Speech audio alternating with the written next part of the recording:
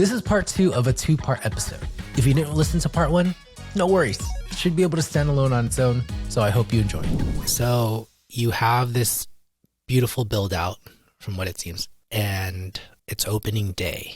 How'd you feel?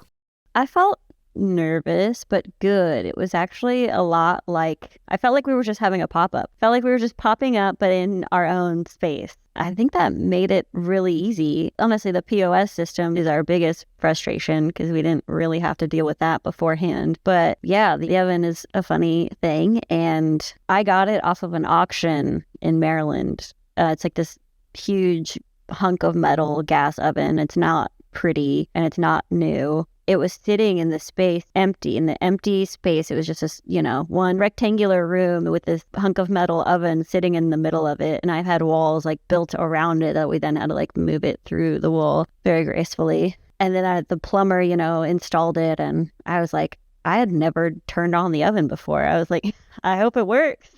That would really suck if it didn't. But it did, it's a simple machine. It works. And just like, lighting the oven, it was a big day, which only happened a few days before opening. And I think part of me was in denial a little bit too. Just like, I called it the soft stop. At first I was like, oh, we're just having a party. It's just like, I'm going to make a couple of pizzas and come by. And then I was like, actually, I guess this is our soft opening. I guess this is like our soft opening. Yeah. And then it was like, let it roll. And we're still changing things a little bit, like tweaking the space here and there. Our customers tend to be like really sweet people who are very patient with us. And yeah, we're good. Business is good. Opening was great. The pizza must be good then, because I feel like people wouldn't be patient if the pizza sucked. Yeah, touche. At least. Yeah, you would think. Can you tell me more about the pizza? Like, if you were to assign a style to it, what is it? I say it's like anti-Neapolitan regular pizza. I had 3 main parameters for when I was like approaching what I wanted to make. And it was mostly this contrast to Neapolitan, which I still like and I'll still eat. It's just what I found more interesting is I wanted to incorporate whole grains. I get kind of like tired of like the taste of white flour. I get tired of the taste of commercial yeast. So yeah, my first thing was I wanted it to be whole grain. My second thing was I wanted it to be good the next day. I attribute this to the commercial yeast in Neapolitan pizzas. You get it for dinner and then there's no way that you can reheat it the same way the next day without it being, soggy or like cardboard. And so I wanted this longevity in our pizza. And the third facet was I wanted it to be big enough to share. So I thought a lot about the size of our pizzas, and they are 14-inch pizzas. I don't want to cut 2 different sizes of dough. I just want it to be streamlined. And Neapolitan pizza, I'm like, ugh, it sounds like I'm really hating on them, but I'm fine with them. It's just a matter of like, yeah, what I wanted and what I want to eat and how I want to feel after I eat. It always felt like, and I've been to Italy many times and I'll go back and I'll eat their pizza. But the 12-inch pizzas, it always felt like you'd come down to one slice that was too little to save, but too much to eat. And so, yeah, I think of our pizzas as enough for 2 people. Or if you're not sharing it, then it's going to be good to reheat the next day. And that's our main approach to pizza, my main approach to pizza. Let me just comment and say I think 14-inch pies are perfect. You said that, I love the anti-Neapolitan. That's the first time I've ever freaking heard that. But talk to me about how you build a pizza that is good the next day. Can you elaborate more on that? That has to do with the size and the weight of the dough ball itself. I do attribute it mostly to it being naturally leavened. So it has a longevity because it's fermented, because it's not injected with commercial yeast. I guess if anything, I'm like pretty anti-commercial yeast unless it's a croissant or something. Yeah, I think because our pizza has this long fermentation, it is more durable. It's alive and it stays alive and it reheats really well. Same with, the cheese we use, also like part of that, it reheating really well. What we make is pretty purist. We use the cheese we use because it doesn't have any other starches or preservatives added. Our tomato sauce is just tomatoes and salt and oil, and our dough, it's just salt, water, flour, and levain. What flour, cheese, and sauce are you using? We use Strianese tomatoes. They're organic Italian. And our cheese, we use Grande cheese. Love Grande products. Big fan. Yeah. Flour, central milling. It's also because that's what I'm used to working with. At Tartine, when I started, it was all central milling. We use ABC Plus, and then we use 15% whole rye from Sub Rosa. They're a whole grain bakery who happen to be across the street from us and where I used to work before I moved to San Francisco. They have their own mill in-house, and they source grain up and down the East Coast and mill it fresh, and I get it unsifted to add to the pizza dough. For anyone listening, ABC Plus is Artisan Baker's Craft Plus. I just learned that this past weekend. Oh, cool. Yeah. Someone from Longbridge, I met the owner. Oh, yeah. They're awesome. Love them. They help me out a lot too. Shout out Neil over there. He took us on a tour of the back room, and that's ABC Plus. And I stalled for a second, and then he explained it to me. I was like, thank you for explaining that. Yeah, both of them exist. There's ABC and there's also ABC Plus, which is has a little bit more malt added, so it has a little bit more sugar. I got pizza with them once, and their advice to me was don't fuss over your pizza formula because that's the easiest part at the end of the day. Was there anything more to that advice? I think they're just comparing it to the build out and everything else on a daily basis you have to think about. I guess I got my formula down or decided the formula well before I had the building. Maybe a better question is how have you interpreted that advice since getting it? That they're right. I have a girlfriend who's opening a wine bar, and she's fussing about the food. And I was like, girl, once you're open, there's going to be so many, let the chef do that. There's going to be other things that will take your attention more than that. Yeah, they're right. Now that you say that, do you like being a pizzeria owner? Yeah, I think sometimes I have to pinch myself, but I try not to take all the credit. It is only exists because of all the other hands that have had a part in it. Even I don't usually call myself the boss. That part is also still foreign to me. And yeah, it's still a lot of troubleshooting, and I'm very curious myself as to thinking about the longevity of a business and how it grows and evolves. And we don't have any plans to take over the world. We just want to be sustainable and, I'll make a living off of it while, making something good. But we'll see, I guess, in terms of what it looks like. We just want to be fun and be good. I didn't get to ask you earlier, what oven are you using? It's a Baker's Pride. Baker's Pride is great. It's just old. Yeah, I have no idea what year it's from. We have 2 decks and a few hot spots, and that's our oven. If you were to do it again, what would you do differently in choosing your oven? Oh, man. Well, it kind of depends on how much money I have. Originally, I wanted an electric Pizza Master was what I was looking at, which are, upwards of $20,000. We paid $6,000 maybe for ours. I think maybe even less. Sometimes I still think about it. I'm like, am I going to need another oven at some point? We'll see. But I like that ours is just a simple machine. It's just gas and it gets hot. I'm happy with it. What advice do you have for someone going oven shopping right now? Well, I guess it depends on what kind of pizza they want to make and how many they want to make at a time, because I do believe and think I know that heat is a major aspect of making a pizza. And mostly I'd consider how many you want to make at a time, how many mouths you're trying to feed. That, and I guess how much energy you want to use while you do it. That's great advice. I feel like I hear about people always, trying to figure out what oven to buy, whether it's a home baker or even someone who's looking to level up their professional pizza making. And I always kind of encourage people to just take more time to think. So I appreciate the questions that you post. Very solid. Oh, no, thank you. I mean, pizza's so fun to talk about.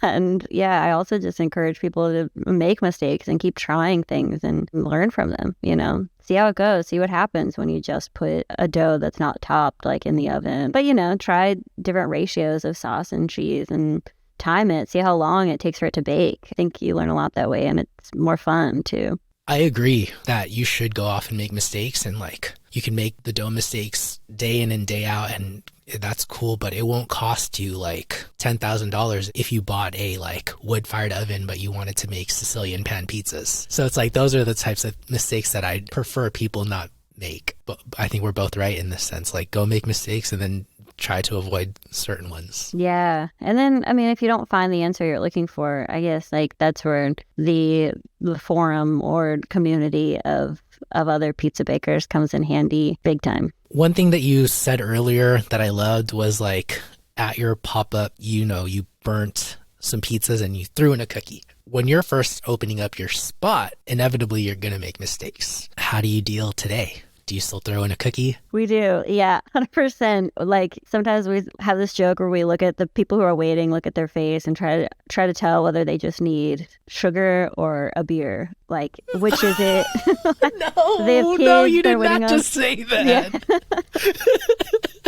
If you can figure that out, it is quite a skill. Not that we, want to make mistakes, but that first month we opened and talking about like troubleshooting and dough, and like our dough kept over fermenting and I had no idea what was happening. I was like, I mixed with colder water. I pulled out all the usual shots, decreased the amount of levain, made the water cold, mixed later in the day, so less bulk time. And we were going to during service, like shaping the pizzas, and it would just like fall apart in our hands, like over and over. We were just like throwing away dough. If it made it into the oven, it still might have gotten a hole in it and made a mess. And that sucked. I think looking back, that sucked more than I wanted to give it attention to. Then I had our HVAC guy look at the temperature of our fridges, and turned out one of them was like going into defrost mode overnight longer than it was supposed to. And our other fridge just like straight up broke. I would not advise buying used fridges most of the time, was I guess that takeaway. And also like just troubleshooting dough, you're doing what you can. And then at the end of the day, look at the equipment. I guess some poor guy, I'm going to call him Neil. I don't remember what his name was. We made his same pizza 4 times. We just had this stack of like ugly, misshapen, holy pizzas on our table. And we called it like the Neil pile. So we're like, sorry, Neil, this one's yours. And fortunately, like by the time the 4th one was in the oven, he hadn't shown up to pick it up yet. But our front of house person like told him, she was like, I'm so sorry. Like somehow we keep trying to make your pizza and it's not coming out. And even the girl who was on the oven was like, I can't. She's like, I can't. I give up. I was like, okay, I'll take it out of the oven. I made a joke about how, why don't we just tell them, oh, we're making it fresh. You didn't show up, for the first 20 minutes. Like, we're just put another one just to make it sure it was like really fresh for you. But we were like, no way. Honest, this is a way better story. And I think people just want you to be honest with them. We have one family who's like, somehow every time something goes wrong, they are always the ones to get the brunt of it. And they're always very patient. Yeah, kind of until recently. But then I found out who it was whose pizza got messed up. And I was like, I kind of started laughing because I was like, no way. It's always this guy. It's always this family. I was like, maybe this wasn't a relationship that was meant to be, I'm like, even that night, I was like, we were like, here's some cookies. Our front of house person was like, here's cookies. And he was like, I don't want the cookies. Like, I got enough cookies. I'm like, oh my God, I'm sorry. It sucks, it sucks on our end and it sucks on their end. And we care a lot at the end of the day, and as long as people are willing to see that, then lucky us. And hopefully we get better on our end. But sometimes you just never know what the day or the evening is going to bring. So yeah, we just truly want to make people happy. And I'm like, I don't even like charging for pizzas. If I didn't have to charge for pizzas, I wouldn't. I just want to have a pizza party all the time. Or you'll take a refund, whatever you need, whatever you want. We're here to try to make that happen. I totally get that. If I didn't have to charge either for my pizzas, I'd give it away for free, right? I guess like from a long-term business owner perspective, like obviously that's not possible, but like I guess, what do you say to yourself or your staff so you kind of justify like those freebies in the future? Because I'm sure there's a justification for it. We can afford it, I'd say. Pizza has a really high markup and my employees are good. I don't think they mind giving away another cookie or something. I think long end game to it is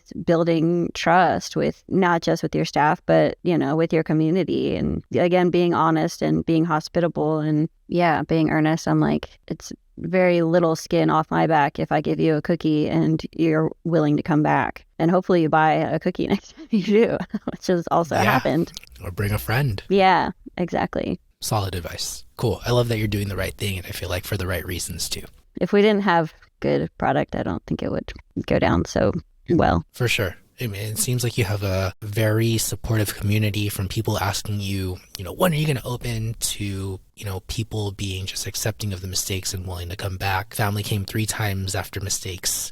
and they're still there? Yeah, they're still there. Like funny, it's like it's like being in a relationship and you're like, oh, I don't want to talk about it, like what happened the other night. But if you address it and, talk about it, then you're both just like, you can breathe a little bit better and nicer. And they were back like 2 days later and we both, praised the other for being honest and being people. Can I get clarification? Earlier you said you'd prefer to be honest. Did you say that when it came down to Neil's Pizza, did you end up telling them that you wanted to make it fresh, or did you end up telling them that we had a stack of 4 pizzas in the back? Definitely, we told him yeah, like, oh, hey, Neil, fun fact, by the way, we tried making it 4 times. Took us 5, but here you go.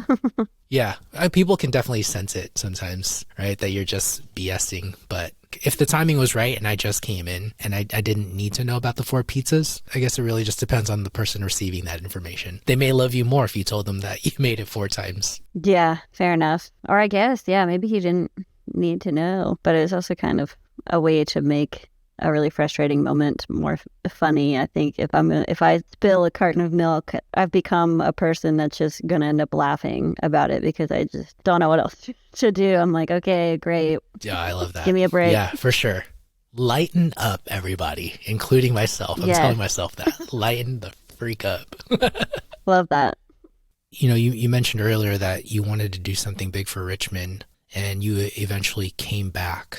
What was kind of the internal motivation for that? I think it does go back to how sharing is caring in a way. Even when it comes to wine, I'm like, the wine world in California is vast, and those like learning about flavors and low intervention, and our pizza is there to match low intervention. I want to make things more accessible to the community that I'm a part of in Richmond, and I always just like felt like it was home. I felt like before moving, I felt like I knew so many talented people, whether they were artists or musicians or great at web design or building shelves. It's just there's talent in Richmond left and right, and I guess I knew I wanted to start something, but maybe I wasn't sure clearly on the concept, and just kind of tried to think about my strengths and my weaknesses. And, I love baking and it's so rewarding. And so I went to San Francisco and learned about whole grains and learned about fermentation. And, I guess I could have done that at Sub Rosa, but it was more about expanding your reach, meeting more people, finding more grains,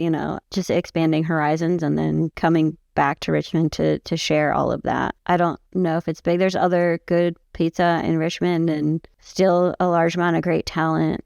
And I want to have a platform for people. So like one of our shirts, my right-hand lady, Annie, she made that. She gifted it to me as when we opened, this like etching of skeletons. And then we put it on a shirt. I'm like, if you make art, I'll buy it from you. If you screen print, I'll pay you to make our shirts. Like, I want anybody who is a part of Pizza Bones to, like, if you want to build something, I'll pay you to build something.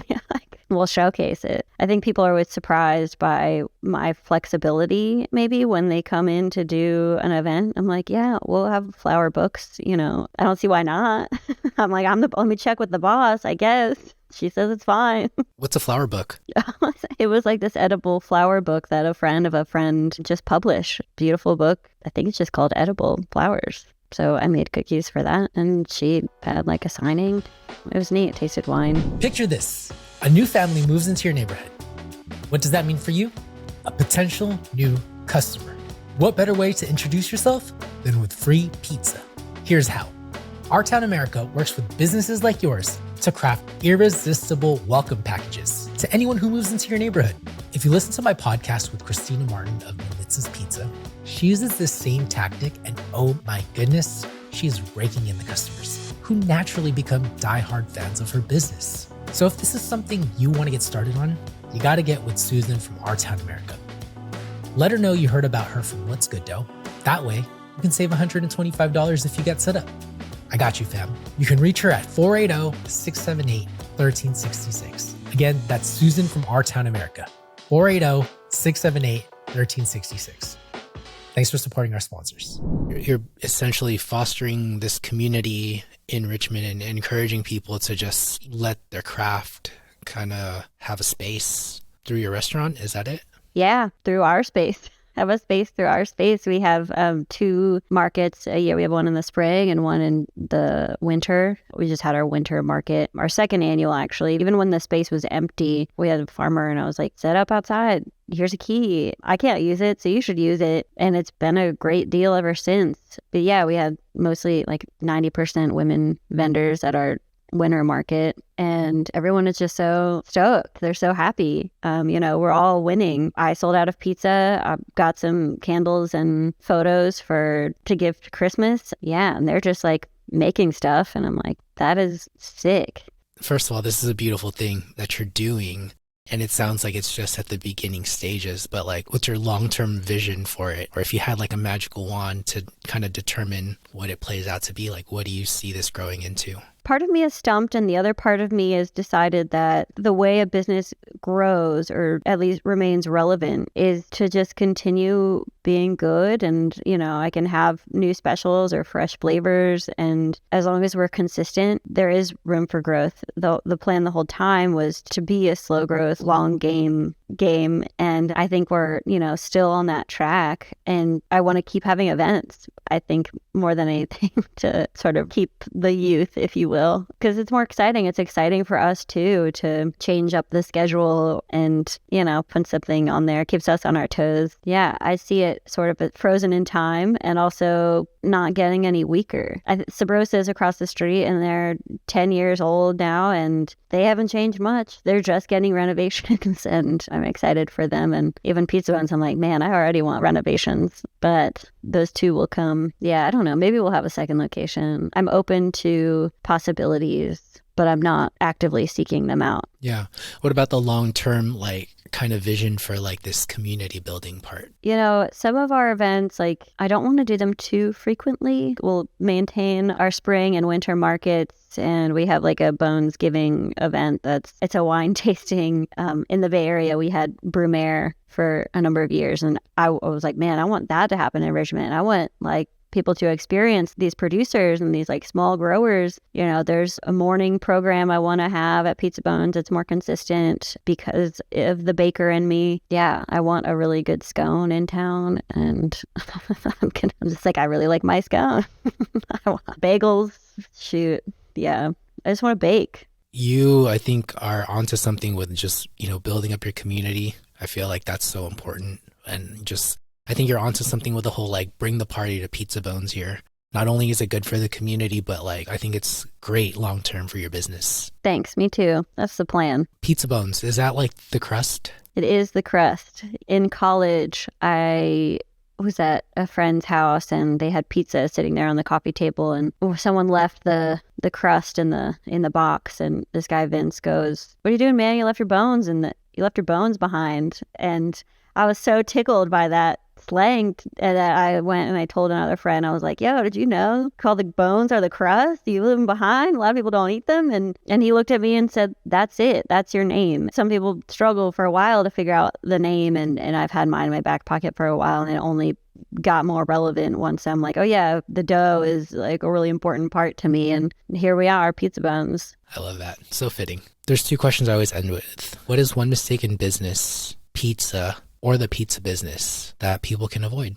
Yeah, I mean, my initial reaction is I think about people who come into a kitchen and don't have a lot of experience, who are just like, oh, I love eating pizza. I'll think I'll make a pizza business today. Maybe because I didn't come from that, I find it to be somewhat of a pet peeve, because I think it's more about sharing and the experience. It's not just pizza's fun and I like to eat it. It's no, this is something I'm passionate about and want to share and want to bring people together and give to the world. And at least that's just me. A lot of people ask me, had this ambition of owning a pizza spot. Why don't you start small? Why don't you just get a truck? And I was like, I don't want a truck. I don't want something that's mobile on wheels. To me, it's not just about the pizza. It's I want to have a space. I want to have a space that people can celebrate in and come and, have events, meet other people, and pizza also happens to be there. They're satiated and happy. having a more well-rounded perspective on knowing what you want to do and what you want to accomplish, both with the pizza and whether it's, anti-Neapolitan or having a space that's, for sharing and caring. I think it's just important to have your end game and know what you want to do so that you can better figure out how you're going to get there. Yeah, that was beautiful. I'm not even going to lie. I'm just like thinking, you kind of brought me back like 2019 iDrift. I'm thinking to myself how like kind of foolish I was to think that I wanted a pizzeria when all I wanted to do was feed people, but like not really figuring out that bridge to get there. And ever since talking to like over 100 pizza makers, I'm still very far from that goal. I may even be farther than I was. I'm still building an understanding of what I want. Thank you for sharing that. Oh, man. Well, thanks for asking. Thanks for, giving me the opportunity. It's really a pleasure and an honor. I appreciate you being here. And I want to give you the space to just answer my final question. What do you want to leave the audience with today? Man, yeah, pizza is not just for boys. I talk about how lucky I was in San Francisco, and Richard Hart, love him, love Bianca, love John. I worked for Del Popolo at John Darsky, and I did always feel like between, them, Chad Robertson, it is a boys club, and that kind of sucks, Even before I left Richmond, I didn't think girls could make bread. I didn't know, I guess, I did pastry here at Sabrosa, but, and this is no fault to them. This was just like my internal sort of sheltered brain. I didn't think girls could make bread. I don't know. And yeah, then I moved and, it was only girls making bread at the mill, which was great. And there weren't a lot of other girls who were making pizza. Jess Galley was amazing chef, pizza maker, bread baker, the nine. She's incredible. They've helped me a lot without even knowing it. And even like we pull out a pizza and we're like, oh, cheesy boy. And I'm like, cheesy girl though.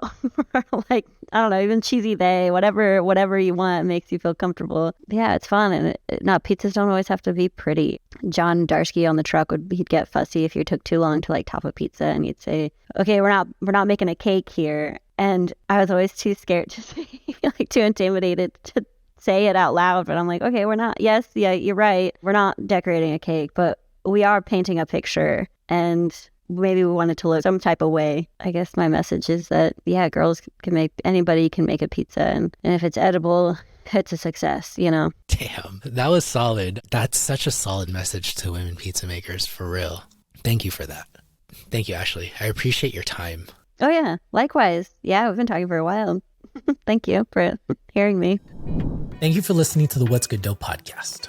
Make sure to check out the show notes where you'll find links to my Patreon, email list, and the links to all my sponsors. You'll also find the contact info for today's guest too. Before we sign off today, I'd love it if you could support me by rating and reviewing this show. It helps so much when it comes to growing the show. Also, please share this episode with a friend, family member, or fellow pizza baker, especially if you think it'll add value to their lives. You can copy the link to this podcast and send it on over to them, or you can even share it via social media. If you do that, please tag me. I'd greatly appreciate it. Last but not least, I'd love it if you subscribe to the show. That way you can get notified anytime there's a new podcast. I appreciate you for listening. I love you. Till next time. Peace. How's it going, Pizza Pal? I just want to let everyone know that I started an email list. Why? Because I recognize that time is more important than ever, especially after being a dad. And I realize that content is abundant, and sometimes we just can't get to listening to a podcast. And so what I want to do is send out a weekly newsletter highlighting some of the key topics that we discussed in the podcast. I hope to save you a bunch of time, so please do sign up for this email list. There's going to be a link in the show notes. I truly appreciate it, and I hope I can save you some time. So thank you in advance for signing up for that email newsletter. Are you the type of listener that wants more content? Do you have suggestions for the type of content that's being made? Maybe you're the type of person who wants to support me as a creator. Well, I'm here to announce that I have started a Patreon. A number of you have been asking about this ever since I started podcasting in 2020. And I'm finally committing to the process of creating a Patreon. I want to create some episodes that are raw, unedited, give my thoughts. I also want to provide bonus content from the episodes that didn't make the final cut. And finally, I want to just have open communication with the listeners. And I promise that if you reach out to me via the Patreon, I'll get back to you as soon as possible, because I know you're going the extra mile to support me, and therefore I'll go the extra mile to support you. So whether you're interested in more content from me or you just want to support the team over at What's Good Dough, check out the link to my Patreon in the show notes. I'd greatly appreciate it if you signed up. Thank you so much for supporting me. Hey, home pizza makers, what's good dough? It's time for you and me to partner up together and make pizzas for good. How do we do that? You and I will be doing pizza parties nationwide to raise money for Slice Out Hunger. And yes, it is starting now. So if you want to be a part of my team and make pizzas for good, you can register to be a part of Team What's Good Dough. And yes, it is welcome to all bakers, whether you're just starting off or you're a seasoned Pop Up Pro. Let's make pizza for good together.